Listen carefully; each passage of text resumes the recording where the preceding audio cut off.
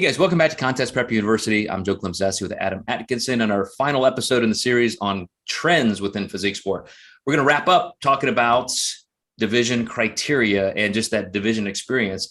And you mentioned something earlier in the series, Adam, that some organizations have even created something like a transformation category. And besides the fact that we already pointed out things like figure and bikini and men's physique have brought more people into the sport that may have just been a little bit uninterested in the extremes of bodybuilding. They have the true novice category now, which I think helps a lot of first-time competitors. Besides the transformation category, which I think is also amazing, what do you think would be better ways to even broaden or be more inclusive? Because I don't think it's watered down the sport. Initially, that was some people's concern, like, well, they're just, making this a pageant or something. But I think people have held true to creating divisions for a purpose that has been rewarded. You see people very interested in that. So what else do you think we could create or expect? I think going to live judging would be helpful. I've had clients who were on the edge of doing a show or not, and it's really the time aspect to them. They don't want to be at the venue that long, especially with national contests. So I think time is definitely a factor for sure. And then additionally, I think some of these states, you went to the Nashville show, that's starting to grow. A few years ago, though, there was nothing going on in even Tennessee in general for bodybuilding. I think there were one or two shows a year, and I think the Nashville Fit Show does two a year. So there are parts of the world where we're not. So I think that we need to hit some states where it's fewer and far between, give people more local opportunities to compete. Even though it's increased, I still think there's some states that just aren't getting as much attention as they could be, or some states are so big, just still logistically, it's not available for some people to travel to. I know there's parts of Texas that could probably be reached a little bit better, because I've got clients who travel 8 or 9 hours for a show because it's such a big state. Well, and you brought up the Nashville Fit Show. What's interesting about that is it's a women's only show. And so that also, and even the name, the Fit Show, that tends to kind of soften the persona a bit. And I think that's part of that vibe, is to be more inclusive.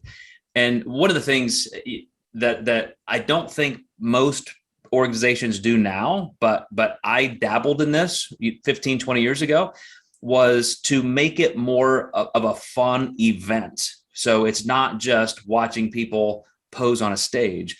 One particular contest, I combined it with a powerlifting federation, and between prejudging and finals, we had a bench press contest. And it was a full sanctioned event, but it was on the same day. So it gave spectators something to do while, the athletes that they're there to support and watch, maybe in their hotel rooms chilling out or something. One year we did an entire kids fit event. So again, between prejudging and finals, we were at a school that had a huge football field. They let us use that. We had obstacle courses, trainers out there, relay, things that kids could do for fun. Because how many times are they there to watch their mom or dad compete and they're just bored shitless for, 18 hours. And now you've got something to do physically, again, other than just watching people pose on a stage. I really think that would be a fun thing if organizations or promoters really looked at ways to make it a full day that's just broadly more inclusive in fitness instead of just physique. That's really cool. I like that. I've never been to a show that did the kids stuff. I think that's great. I have been to a few shows where they do the powerlifting meet. I know Dave Lieberman's show's real popular for that, but that's really cool. Yeah. And, that's a way, as a promoter, that allowed us to get our local media involved. It's like, here's this great big thing, the mayor knows about it. And it's just, it was a really fun thing. So, again, I don't know if that's necessarily a cultural trend that will happen, but if I were promoting shows again, I would definitely look for that participation value more than just a spectator, event. That's awesome. Well, regardless of all of that, I do believe, just to wrap up this series, that the sport at large is just moving in some good directions. It's more inclusive now by design.